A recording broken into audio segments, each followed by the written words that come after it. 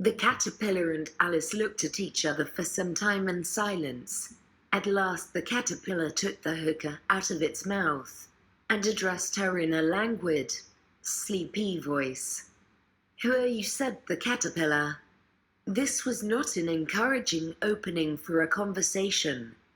Alice replied, rather shyly, I hardly know, sir, just at present. At least I know who I was when I got up this morning, but I think I must have been changed several times since then." "What do you mean by that?" said the caterpillar sternly. "Explain yourself." "I can't explain myself, I'm afraid, sir," said Alice, "because I'm not myself, you see." "I don't see," said the caterpillar. "I'm afraid I can't put it more clearly," Alice replied very politely, "for I can't understand it myself to begin with, and being so many different sizes in a day is very confusing." "It isn't," said the caterpillar. "Well, perhaps you haven't found it so yet," said Alice, "but when you have to turn into a chrysalis, you will someday, you know, and then after that into a butterfly. I should think you'll feel it a little queer, won't you?" "Not a bit," said the caterpillar. "Well, perhaps your feelings may be different," said Alice. "All I know is it would feel very queer to me." "You," said the caterpillar contemptuously. "Who are you?" Which brought them back again to the beginning of the conversation.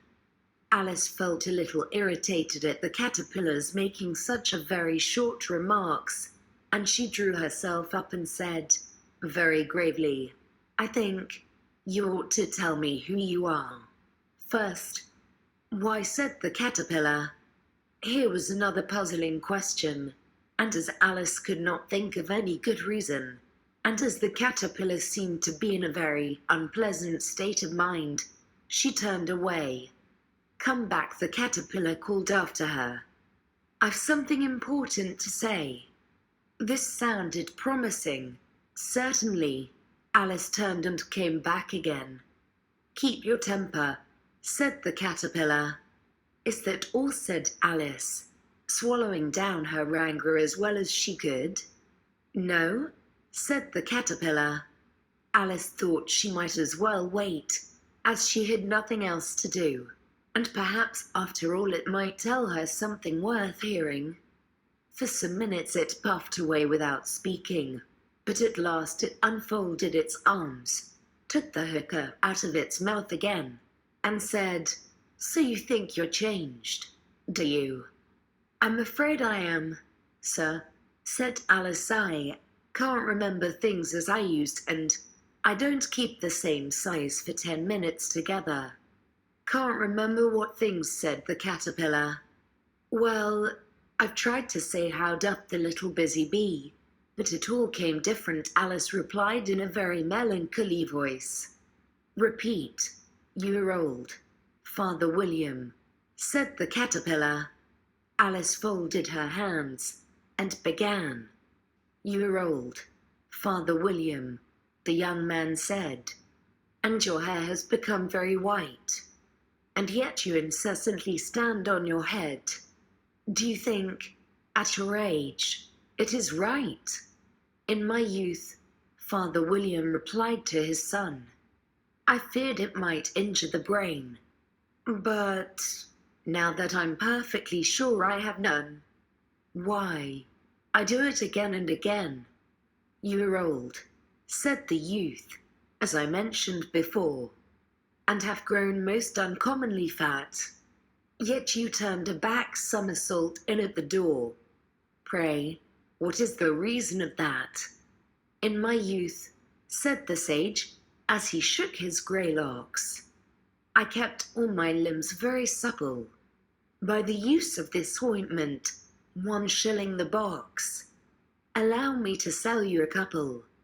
"You're old," said the youth, "and your jaws are too weak for anything tougher than suet. Yet you finished the goose with the bones and the beak. Pray, How did you manage to do it? In my youth, said his father, I took to the law and argued each case with my wife, and the muscular strength which it gave to my jaw has lasted the rest of my life. You're old, said the youth. One would hardly suppose that your eye was as steady as ever. Yet you balanced an eel on the end of your nose. What made you so awfully clever? I have answered 3 questions, and that is enough, said his father. Don't give yourself airs. Do you think I can listen all day to such stuff? Be off, or I'll kick you downstairs. That is not said right, said the caterpillar. Not quite right, I'm afraid, said Alice, timidly. Some of the words have got altered. It is wrong from beginning to end, said the caterpillar decidedly, and there was silence for some minutes. The caterpillar was the first to speak. What size do you want to be? It asked. Oh, I'm not particular as to size, Alice hastily replied. Only one doesn't like changing so often. You know, I don't know, said the caterpillar. Alice said nothing. She had never been so much contradicted in her life before, and she felt that she was losing her temper. Are you content now? Said the caterpillar. Well, I should like to be a little larger, sir, if you wouldn't mind, said Alice. 3 inches is such a wretched height to be. It is a very good height indeed, said the caterpillar angrily, rearing itself upright as it spoke. It was exactly 3 inches high. But I'm not used to it, pleaded poor Alice in a piteous tone. And she thought of herself. I wish the creatures wouldn't be so easily offended. You'll get used to it in time, said the caterpillar, and it put the hookah into its mouth and began smoking again. This time Alice waited patiently until it chose to speak again. In a minute or two the caterpillar took the hookah out of its mouth and yawned once or twice, and shook itself. Then it got down off the mushroom and crawled away in the grass, merely remarking as it went, one side will make you grow taller, and the other side will make you grow shorter. One side of what? The other side of what? Thought Alice to herself. Of the mushroom, said the caterpillar, just as if she had asked it aloud, and in another moment it was out of sight. Alice remained looking thoughtfully at the mushroom for a minute, trying to make out which were the 2 sides of it, and as it was perfectly round, she found this a very difficult question. However, at last she stretched her arms round it as far as they would go, and broke off a bit of the edge with each hand. And now which is which, she said to herself, and nibbled a little of the right hand bit to try the effect. The next moment she felt a violent blow underneath her chin. It had struck her foot. She was a good deal frightened by this very sudden change, but she felt that there was no time to be lost, as she was shrinking rapidly, so she set to work at once to eat some of the other bit. Her chin was pressed so closely against her foot that there was hardly room to open her mouth, but she did it at last, and managed to swallow a morsel of the left-hand bit. Come, my head's free at last, said Alice in a tone of delight, which changed into alarm in another moment, when she found that her shoulders were nowhere to be found. All she could see, when she looked down, was an immense length of neck, which seemed to rise like a stalk out of a sea of green leaves that lay far below her. What can all that green stuff be, said Alice, and where have my shoulders got to? And oh, my poor hands, how is it I can't see? She was moving them about as she spoke, but no result seemed to follow, except a little shaking among the distant green leaves, as there seemed to be no chance of getting her hands up to her head. She tried to get her head down to them, and was delighted to find that her neck would bend about easily in any direction, like a serpent. She had just succeeded in curving it down into a graceful zigzag, and was going to dive in among the leaves, which she found to be nothing but the tops of the trees under which she had been wandering, when a sharp hiss made her draw back in a hurry. A large pigeon had flown into her face, and was beating her violently with its wings. "Serpent!" screamed the pigeon. "I'm not a serpent," said Alice indignantly. "Let me alone." "Serpent, I say again," repeated the pigeon, but in a more subdued tone, and added with a kind of sob, "I've tried every way, and nothing seems to suit them." "I haven't the least idea what you're talking about," said Alice. "I've tried the roots of trees, and I've tried banks, and I've tried hedges," the pigeon went on, without attending to her. "But those serpents, there's no pleasing them." Alice was more and more puzzled, but she thought there was no use in saying anything more till the pigeon had finished. "As if it wasn't trouble enough hatching the eggs," said the pigeon, "but I must be on the lookout for serpents night and day. Why, I haven't had a wink of sleep these 3 weeks." "I'm very sorry you've been annoyed," said Alice, who was beginning to see its meaning.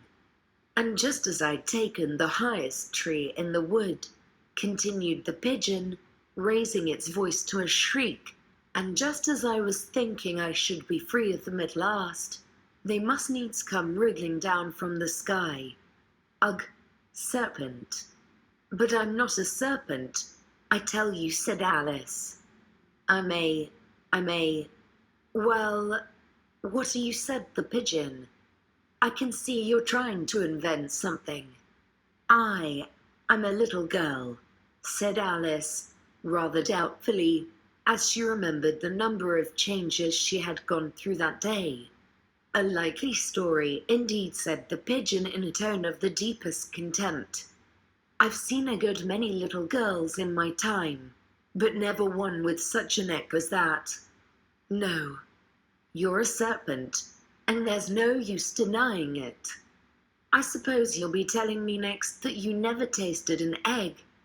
"I have tasted eggs, certainly," said Alice, who was a very truthful child, "but little girls eat eggs quite as much as serpents do.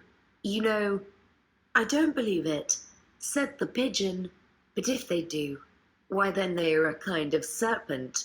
That's all I can say." This was such a new idea to Alice that she was quite silent for a minute or two, which gave the pigeon the opportunity of adding, "You're looking for eggs. I know that well enough. And what does it matter to me whether you're a little girl or a serpent?" "It matters a good deal to me," said Alice hastily, "but I'm not looking for eggs, as it happens, and if I was, I shouldn't want yours. I don't like them raw." "Well, be off," then said the pigeon in a sulky tone, as it settled down again into its nest. Alice crouched down among the trees as well as she could, for her neck kept getting entangled among the branches, and every now and then she had to stop and untwist it.